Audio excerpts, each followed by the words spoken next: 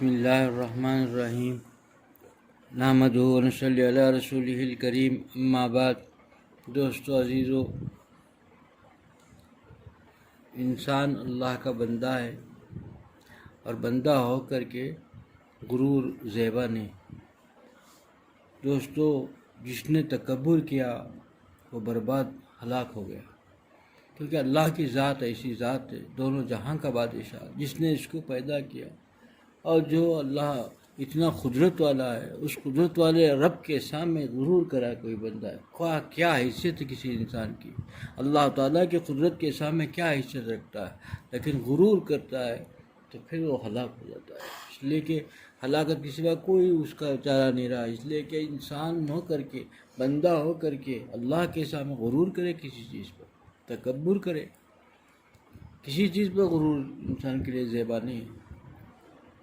تاریخ کے اوراق دیکھیں کہ جتنے انبیاء کرام تشریف لائے، سبھی لوگوں نے معصوم ہونے کے باوجود اللہ تعالیٰ کے حضور ہر لمحہ گڑ گڑاتے رہے، ہر لمحہ خدا کی ذات سے مانگتے رہے، اور اللہ کے حضور اکرم صلی اللہ علیہ وسلم فرماتے ہیں میں روزانہ 70 مرتبہ استغفار کرتا ہوں۔ معصوم اللہ نے اللہ کے محبوب اور معصوم، اور اتنے ایسی کہ جسی کے لیے دنیا سجائی گئی، دنیا کا سب کچھ، دنیا وجہ کائنات جو ہے، وہی فرماتے ہیں کہ میں روزانہ 70 مرتبہ استغفار کرتا ہوں کہ اللہ تعالیٰ کی ذات سے ہمیشہ لو لگاتا ہے، کامیاب رہتا ہے ہر وقت۔ انسان جو ہے، ہمارا حال یہ ہے، جب تک کشتی چلتی ہے زندگی کی، کبھی خدا یاد نہیں آتا۔ خدا کو مانگنا ہے تو وہ رسمی مانگنا ہے، رسمی تعلق ہے، کوئی وہ نہیں رہا۔ جب وہاں بھنور میں پھنس گئی تبھی بھی فوراً یاد نہیں آتا خدا، تبھی بھی اپنے وہی حال میں، وہی موج مستی میں رہتا ہے انسان۔ مانگتا بھی ہے تو دوسروں سے ہی مدد مانگتا ہے، محتاجوں سے مدد مانگتا ہے، اور جو محتاج ہے وہ کیا مدد کرے گا؟ خود وہ محتاج ہے، محتاج کسی کو کیا مدد کر پائے گا؟ جب ایک دم پھنس کر کے کوئی راستہ نہیں، سارے راستے جب منجمد ہو گئے، سارے راستے ختم ہو گئے، تب خدا یاد آتا ہے انسان کو، تب جا کر کے اللہ کو یاد کرتا ہے۔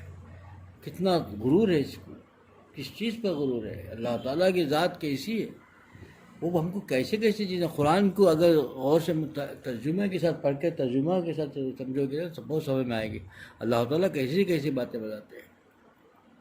یونس علیہ السلام کو مچھلی نے جب نگل لیا، جب اللہ تعالیٰ کے تسبیح بیان کی، اللہ تعالیٰ سے آہذاری کی، اللہ تعالیٰ سے درخواست کی، لا الہ الا انت سبحانک انی کنت من الظالمین۔ اللہ تعالیٰ فرماتے ہیں کہ میرے بندے یونس علیہ السلام سے مخاطب فرماتے ہیں، ہم سے مخاطب ہو کے فرماتے ہیں کہ میرے بندے یونس نے میری تسبیح بیان کی، اللہ تعالیٰ حضور گڑ گڑائے، اگر وہ نہ کرتے، آگے کا جملہ بہت سخت ہے، اگر وہ نہ کرتے قیامت کے صبح تک پھر اسی میں رہتے، قیامت کے صبح تک مچھی کے پیٹ سے باہر نہیں آتے۔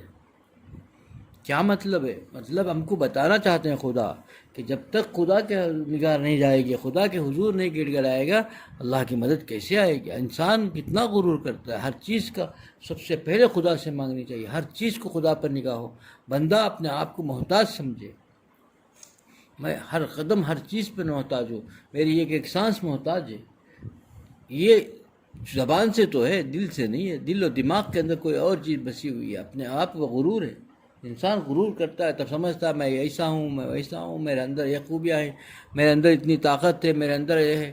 اپنے طاقت کے، یعنی اپنی جسم کے بازوؤں پر اگر کسی کو غرور ہے تو دیکھو کیسے پہلوان لمحے کے بھر میں چت ہو کے گر گئے، اس کا طاقت قوت کہاں گئی؟ سب ختم ہو گیا۔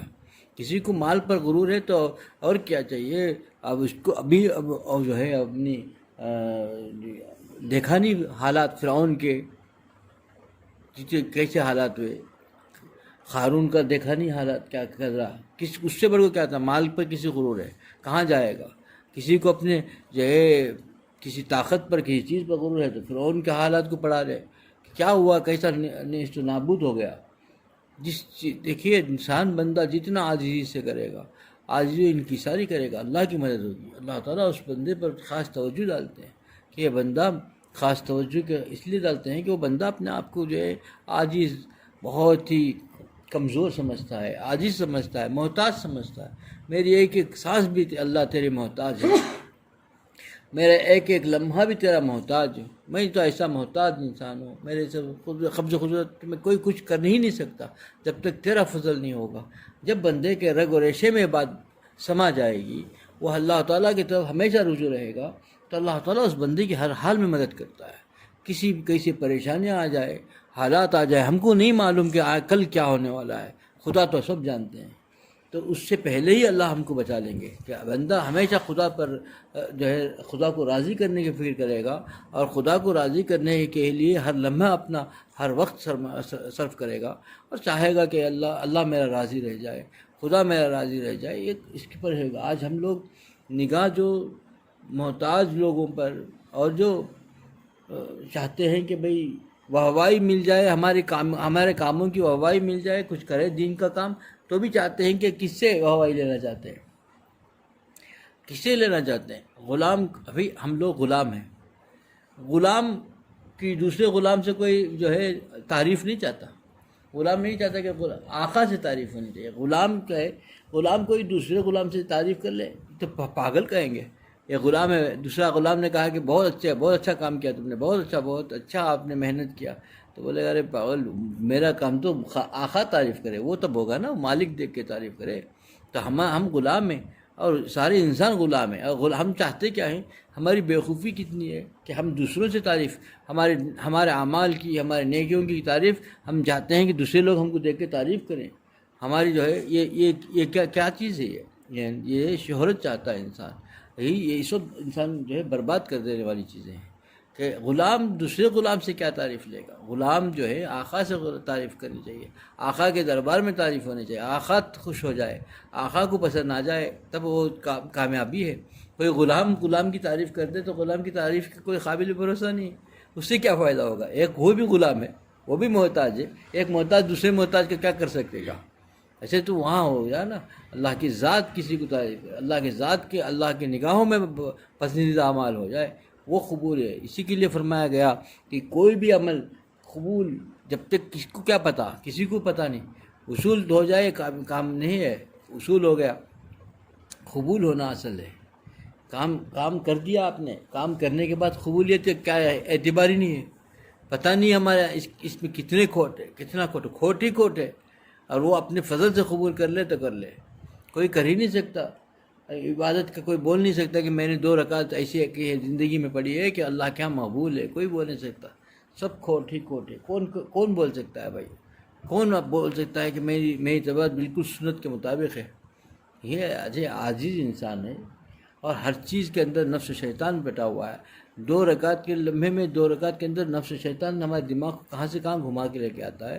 وہ لوگ جو تھے ایسا تھا کہ ہاتھ جب خدا کی طرف ہاتھ اٹھا کے اللہ کا نام لے کر کے تکبیر تحریمہ کہہ دیتے تھے، تو سب ایسا تعلق جڑ جاتا تھا خدا کے ساتھ، ایسا قوی تعلق ہو جاتا تھا کہ باقی ساری چیزیں جو ہے بھول جاتے تھے. کوئی تعلق ہی نہیں دنیا سے. آپریشن ہو جائے، تیر کسی کو چبھا ہے، تیر نکالا جا رہا ہے، تیر نکالا جائے، چبھا ہوا تیر، زہریلا تیر، پتہ نہ چلے. ایسا ہو سکتا ہے؟ پتہ ہی نہیں چلتا تھا نماز کی حالت میں. اگلے تاریخ کو اٹھا کر دیکھو، تاریخ اسلام، پتہ چلے گا کہ زہریلی تیر چبھ گئی، نماز کی حالت میں کھڑے ہو گئے، نماز کے اندر نکالا جا رہا ہے، پتہ نہیں چل رہا ہے. نماز اتنی اللہ تعالیٰ کے ساتھ کیسا تعلق ہوگا؟ اب وہ نمازیں پڑھنے والے اللہ تعالیٰ کی کبریائی کے سامنے گھبراتے تھے کہ اپنے آپ کو گنہگاروں میں سمجھتے تھے. پتہ نہیں ہم ویسے دوزخی سمجھتے تھے. اور پتہ نہیں اپنے گناہوں پر ہر لمحہ روتے تھے، گناہوں کو یاد کر کے، میں اللہ کیا یہ کوئی عمل میرا صحیح نہیں. اور ہم اتنے مطمئن کیوں ہیں؟ ہمیں اتنا غرور کیوں ہے اپنے عمل پر؟ ہم کو کیا ہو گیا ہے؟ ہم اپنے آپ کو سمجھ کیا رہے ہیں؟ اللہ تعالیٰ کی کبریائی کا اندازہ نہیں. ہم اپنے سمجھا نہیں خدا کو پہچان ہوتی، خدا کو سمجھے ہوتے، تو پھر اپنے سب کچھ جو ہے نس سمجھ میں آتا کہ بھائی ہم نے سب کچھ برباد کر دیا. اتنی زندگی ہماری بیکار ہو گئی، اب تک کچھ نہیں حاصل کیا. ایک لمحے کے لیے، ایک پیسے کا کام ہم نے آخرت کا نہیں کیا. سب جو کچھ بھی ہوا ہے دنیا ہی کے لیے کیا ہے، اور دنیا ہی کے اندر سب نام نمود شہرت میں سب برباد ہو گیا. عبادت کی وہ بھی دنیا میں کے اندر دنیا کے جو ہے نظر ہو گیا. صدقہ خیرات کیا وہ بھی دنیا کی نظر ہو گیا، پتہ نہیں قبول ہوا کہ نہیں ہوا، یہ نام و نمو شہرت کے لیے یہی چہرے پر پھینک دیا گیا، ہم نے نام سموش آیا، کیونکہ اللہ کے دربار میں آئے گا، پیش ہوگا، بتائے گا کہ میں نے اتنا یہ کیا ہے، اللہ تیرے راستے میں اتنا خرچ کیا ہے، اتنا خیرات کیا ہے کہ بھائی تو نام کے لیے چاہتا تھا، تیرا نام ہو گیا، تو چاہتا کیا تھا؟ سب مجھے سخی کہیں، بہت بڑا جو ہے اللہ کے راہ میں دینے والا کہیں، تیرا نام تو ہو گیا، میں نے تو جو جس مقصد سے چاہتا تھا میں نے وہ مقصد پورا کر دیا، وہ تو ہو گیا، میرے لیے تو کچھ نہیں، تو پھر وہاں کچھ نہیں رہے گا، برباد ہو گیا سب کچھ، مال بھی دیا، خرچ بھی کیا، برباد بھی ہو گیا۔ اسی طرح ہمارے ہر اعمال کا کوئی بھروسہ نہیں، سب ریاکاری میں ہے، سب دکھاوے کا ہے، اور کوئی اخلاص کا عمل ایک بھی نہیں ہے۔ تو ایسے وقت میں انسان ہر وقت خدا سے جو ہے نا کبر، کسی چیز میں نہیں، غرور آ گیا، تکبر کیا کسی نے، تو پھر اللہ کے پاس پکڑ ہو جائے گی، اور ایسی پکڑ ہوتی ہے اللہ تعالیٰ غیور ذات ہے، وہ دیکھتے ہیں کہ محتاج ہو کر کے تو اتنا غرور کرتا ہے۔ اچھا چلیے ہم دیکھتے ہیں پھر ایسا اس کے پاس ایسی پریشانی آتی ہے، ایسی پریشانی آتی ہے۔ ایک واقعہ لکھا ہے، بہت عابد تھا، اتنا نیک اتنا نیک، اس نے جب سے ہوش سنبھالا، بچے سے لے کر جیسے ہوش سنبھالا، مطلب جب کوئی 6-7 سال کی عمر میں ہوش سنبھال لیتا ہے بچہ، سمجھنے کے قابل ہو جاتا ہے، اس وقت سے لے کر 50 سال کی عمر ہو گئی تھی، اس نے 55 سال میں کبھی کوئی گناہ نہیں کیا تھا، اتنا نیک تھا، ہمیشہ اللہ کی یاد میں رہتا تھا، بہت نیک تھا، اللہ کا بہت ہی مقرب بندہ تھا۔ اللہ تعالیٰ نے کبھی اس کے دل میں الہام ڈالے، الہام ہوتا ہے کبھی بندوں کے دل میں اللہ تعالیٰ غیب سے کوئی بات ڈال دیتے، پتہ چل جاتا ہے، اب کوئی بتا ہے مطمئن رہتا نہیں کچھ نہیں ہوگا، کبھی سنا ہوگا ہمارے اکابرین کے بھی کہ یہ ان لوگ اطمینان کر لیتے ہیں تو دل میں اللہ تعالیٰ الہام کر دیتا ہے، ان کو تو کچھ نہیں ہوگا، تو ایسا ہی کچھ نہیں ہوتا، کیونکہ اللہ تعالیٰ پہلے دل میں ڈال دے، اس کو الہام کہتے ہیں، کبھی اللہ والے کے دل میں کوئی بات اللہ ڈال دیتے، اس انسان کے دل میں، اس جو عبادت گزار تھا اس کے دل میں اللہ نے ڈال دیا کہ تو بس تیری تو بخشش ہو گئی، بخشش ہو گئی، یہ الہام اس کو ہوا۔